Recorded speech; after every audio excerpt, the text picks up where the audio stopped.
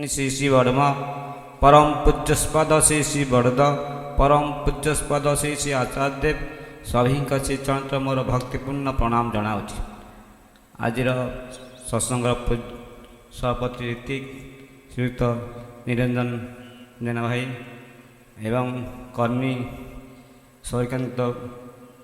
पैजा महोदय एवं मोर प्राण गुरु भाई समस्त मोर आंतरिक जय जनाऊँ। ये जो आज जो उत्सव से आम दिगत केते वर्ष उत्सव कर सब निमंत्रण मत आम देखुचे ठाकुर आशीर्वाद आचार्य आशीर्वाद यह सब कहूचे कि वास्तव ए वर्षर उत्सव मु प्रति मुहूर्त मोर अनुभूति कथा 2 मिनट कही मोर वक्त रखी। प्रति मुहूर्त जो जो दिन आम देवघर आचार्य आशीर्वाद पाई आसचु ये उत्सव करने प्रति मुहूर्त मुझे ठाकुर को अनुभव कर प्रति मुहूर्त आम ये आचार्य वार्ता नहीं प्रति गृहगण को जाऊ जहाँ भीतर दे ता भीतर गोटे गोटे घर एमती आम पाऊ जे आमको एत आनंद लगे ता भाषा कहीहबनी आ सी भी आम मान पाई जिते आनंदित सी हुंती माने माने आमठू सी आहरी आनंदित हमें आउ संध्या प्रार्थना समय आम प्राय शीत दिन बाहर बाहर 4टा हो जाए सब झग झग कर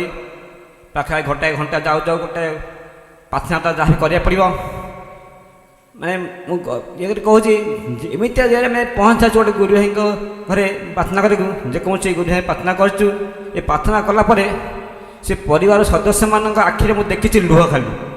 जमी लोतक धरी पड़ी जे एत दिन धरी ठाकुर धरिया भीतर दे